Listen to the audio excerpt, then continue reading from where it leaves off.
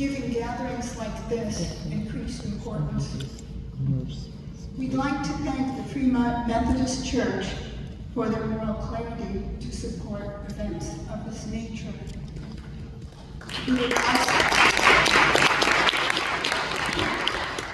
We would also like to thank the Jewish-Palestinian Alliance of Oregon, the American Council for Palestine, Democratic Socialists of America, and Jewish Voices for Peace for co-sponsoring this event, and our panelists for volunteering their time and bringing their expertise to us tonight. Our moderator, Lydia Kiesling, is the co-chair of the Palestine Solidarity and PDS Working Group for Portland Chapter DSA. She is a novelist and a culture writer whose essays have appeared in The New Yorker, The Nation, and many other outlets. She was 2018 National Book Foundation 5 Under 35 honoree, and in 2025 was awarded the Miller Foundation Spark Award for Oregon Artists. Pertinent to this evening's event, she holds a master's degree in Middle Eastern Studies from the University of Chicago and spent 3 years as the outreach director of the Center for Middle Eastern Studies at the University of California at Berkeley.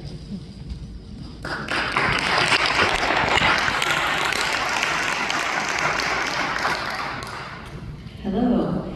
Thank you all for being here tonight, and thank you for that generous introduction.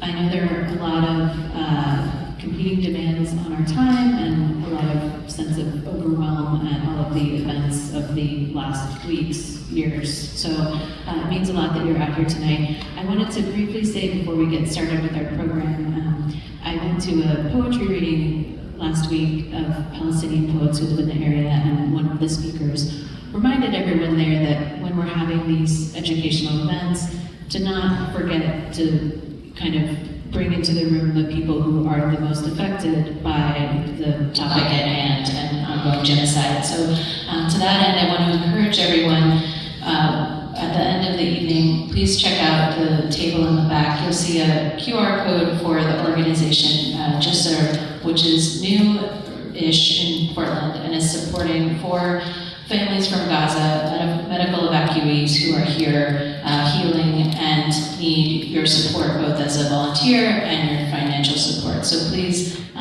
if you are so moved, do look for that QR code and give a donation or your time. Just to give you an overview of what the event will look like, we have these 3 amazing speakers. Each of them is going to speak for about 10 minutes. After that, we'll have a 25-minute, I have some questions for them, and then I'm sure you all have questions, so we'll open it up and spend about half an hour on audience Q&A. So please be thinking of what you'd like to ask as you're hearing these speakers. And we'll begin on the far side of the table with Mazen Malik, who a lifelong advocate of equality, social justice, civil and human rights, and Palestinian rights. Over the last 45 years, he has been a founder and member of many rights organizations. A professional economist, he holds degrees in sociocultural anthropology, mathematics, statistics, as well as economics. He's given speeches, lectures, interviews, and many media appearances on the Middle East and Palestine. He's the author of multiple studies, reports, and articles about Palestinian rights and topics ranging from public finance to current economic issues, and we are so lucky to have him with us here tonight, so please take it away.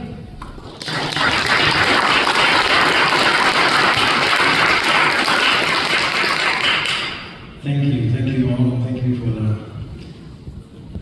nice introduction. So what I would like to talk about is basically today try to dissect and analyze some of the U.S.-Israeli alliance as we have seen it, at least in a few years, and the history of that.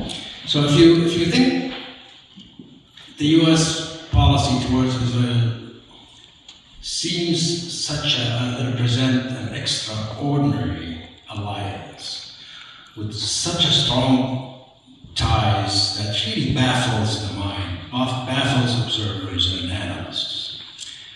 Think and consider that Benjamin Netanyahu, the Prime Minister of Israel, would be the first foreign leaders to address the joint session of the US Congress 4 times. Last time in 2024, reflecting his prominent role, of course, in the US and international politics. And this achievement, to his credit, surpasses the 3 times that Winston Churchill, who led the UK and Europe during World War II and in addressing Congress. So keep in mind that the last time he addressed Congress in 2024, he was leading amidst a genocide. And also when the ICC was actually looking to issue a warrant for his arrest for crimes against humanity and for using starvation as a method of war. So it becomes more apparent how unusual and extraordinary that this moral and ethical standard between this alliance is so diametrically opposed from the rest of humanity. So this alliance also comes with fully equipped with an unparalleled level of military, functional, financial, and full diplomatic cover and shield on the world stage. Just think of the aerial bridge continuously transferring weapons, materials, expertise, and intelligence in the last 2 years.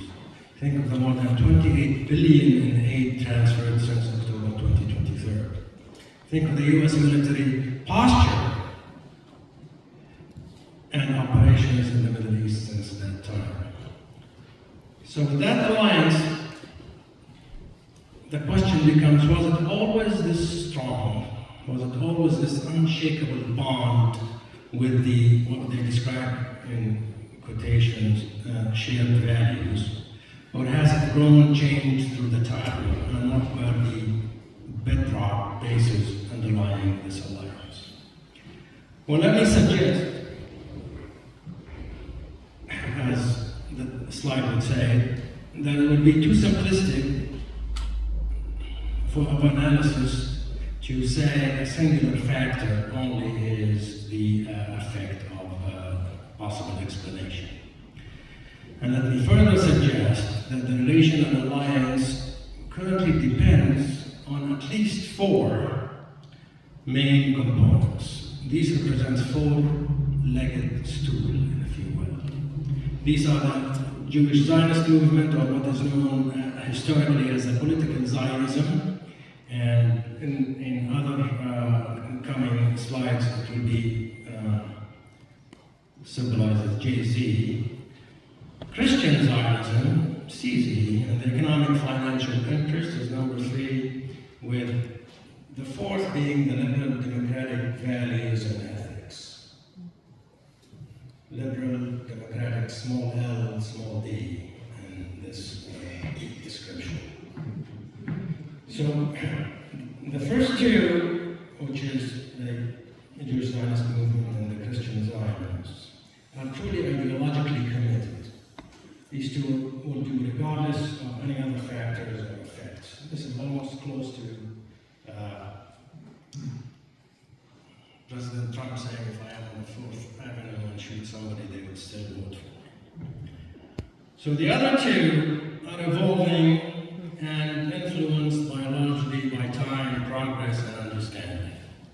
The other 2 are basically, just to remind you, the economic and financial interest, and what are commonly referred to as the economic interest of the core industrial, financial, and technological spheres, or collectively known as the interest of the empire.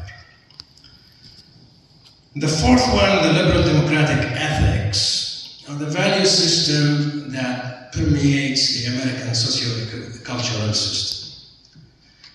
This has evolved with all kinds of contradictions. Just think about the historical process, from pilgrims and pioneers escaping European oppression while committing extermination campaigns against the native people, to slave owners defending their rights to own property, to segregation, to supremacists, to fighters for world freedom, civil rights, individual rights, anti-war, and revivalists, neoliberals, etc.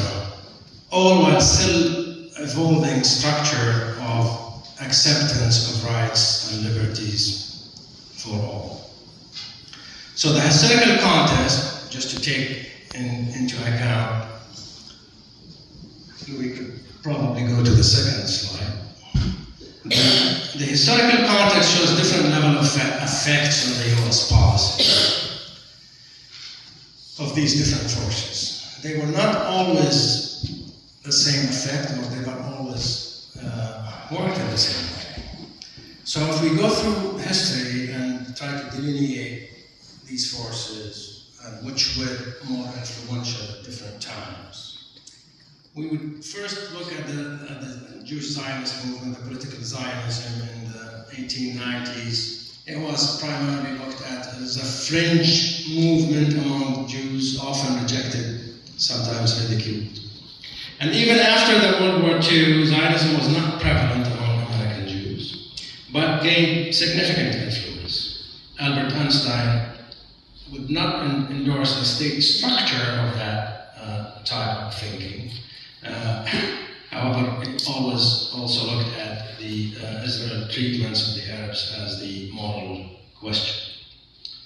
So even at the time of 1948 recognition of the State of Israel, remember this was an early victory for the Zionist movement. However, you have to give credit to the liberal, democratic, remember that sphere of the American politics. US President Harry Truman, that was the first world leader to officially recognize Israel. Probably stories happened between 8 and 14 minutes after the declaration of the state on May 14th. So his decision came actually contradictory to what US policy should have been or would have been at that time, or what was advocated by Marshall, the Secretary of State and the previous leader of the Department of War. So in that sense, Truman was the first liberal type icon that actually jumped into that wagon against the official policy. And in the stories they say that after his advisors were all trying to dissuade him from that recognition, when he says, and I quote, "I'm sorry, gentlemen, but I have to answer to hundreds of thousands who are anxious for the success of Zionism. I do not have hundreds of thousands of Arabs among my constituencies." So, of course, these were the first two important segments of that support and that policy. However, in the 50s, with the liberal Democrats kind of taking away, and here comes a new administration, Eisenhower being the Republican, it basically actually returned back to where the US policy would have been for US interest. It all came in glaring clarity at the time of the 1956 invasion by Israel, France, and Britain when they invaded Egypt, about the Suez Canal, what was known as the Suez War. And actually, the administration at that time coming in so strongly and putting ultimatums and economic sanctions and so on, to the point where they all came back, and it was so embarrassing for at least the British. The Prime Minister had to resign and so on. It was basically changing the structure the United States was seeing at that time. United States and France as these old colonial type of countries, using the old relic of colonialism, and they didn't want to inflame the area. And basically, also as a result of that, there was an arms embargo on the Israel and the Middle East by the United States at that time. However, that did not, of course, I mean, don't get the impression that Eisenhower was a dove by no means. Eisenhower actually intervened in Lebanon in 1958. It's known with our ancestors as the Marines on the beach in Lebanon. And he basically continues that kind of vision where the United States type of influence was not directly in support of Israel. That role fell to France at that time. France was the advocate of Israel, the supplier of arms. Not only that, but France was the one who built the Israeli, or assisted the Israeli nuclear program in building that. And France to the United States was seen at that time as also the past, the colonial past that the United States did not want to engage in. Now that continued on until, of course, things changed. Israel was seen as a counterweight to Soviet influence, a strategic Middle East, and so on.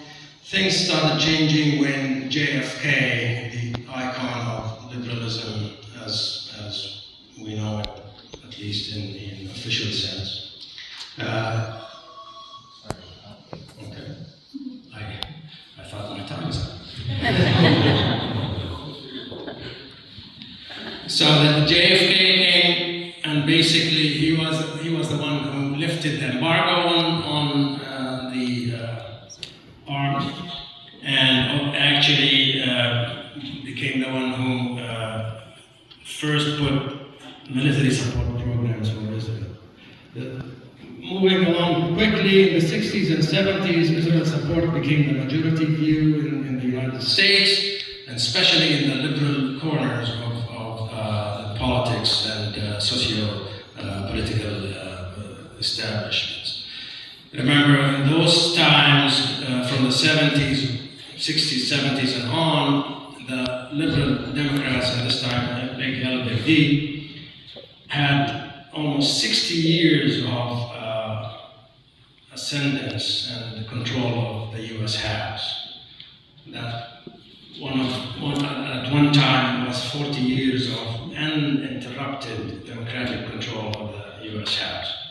And that's what we used to call the democratic clock. That changed, of course, at a certain time when Newt Gingrich came. But we'll talk about that at a different time.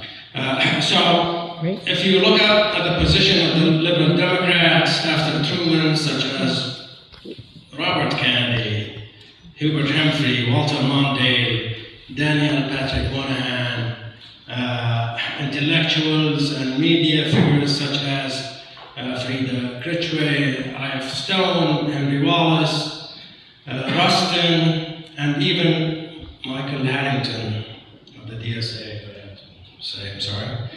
They saw Israel as a pioneering socialist and democratic society. That's where the bedrock support for Israel was. So if you go through also historic media type of materials, in 1967 war, the liberal media in the United States basically talked about our war. And it was as if you were watching Israeli programs at that time. However, also Republican presidents, Nixon, Ford, also defended Israel from a moral standpoint, because remember, this is the political center of liberal democracy. Jimmy Carter in the late 70s accomplished the Camp David agreements between Israel and Egypt, and he saw them as a pioneering and personification of the liberalism and belief of bringing peace to that area. And of course, 20 years later, as his morality could not reconcile the oppression with that belief, he recognized Israel as becoming an apartheid state. 80s and 90s, just to go also quickly at that time, witnessed something new, witnessed the ascension of the Christian coalition. The Christian coalition, the Christian Zionism. Ralph Reed became the kingmaker in the Republican politics. Pat Robertson and Jerry Falwell, Pat Robertson of the 700 Club, Jerry Falwell of the Moral Majority, they both sang Christian Zionism tones through their media and political empire. Then comes Newt Gingrich, the Republican Revolution in 1994, which ended, by the way, the Democratic 20-year lock. The support for Israel has emerged at that time as not only a value for American liberals, but also in American politics, in addition to the religious aspect brought by the Christian coalition. So support for Israel has also been started to be established formally with the establishment of the Christian United for Israel in 2006, the largest Christian Zionist organization in the United States, sporting more than 10 million members.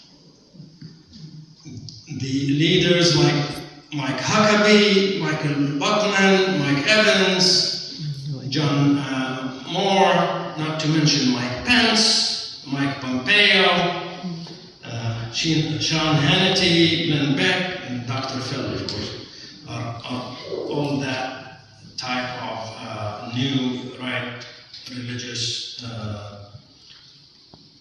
sphere that brought the one more slide.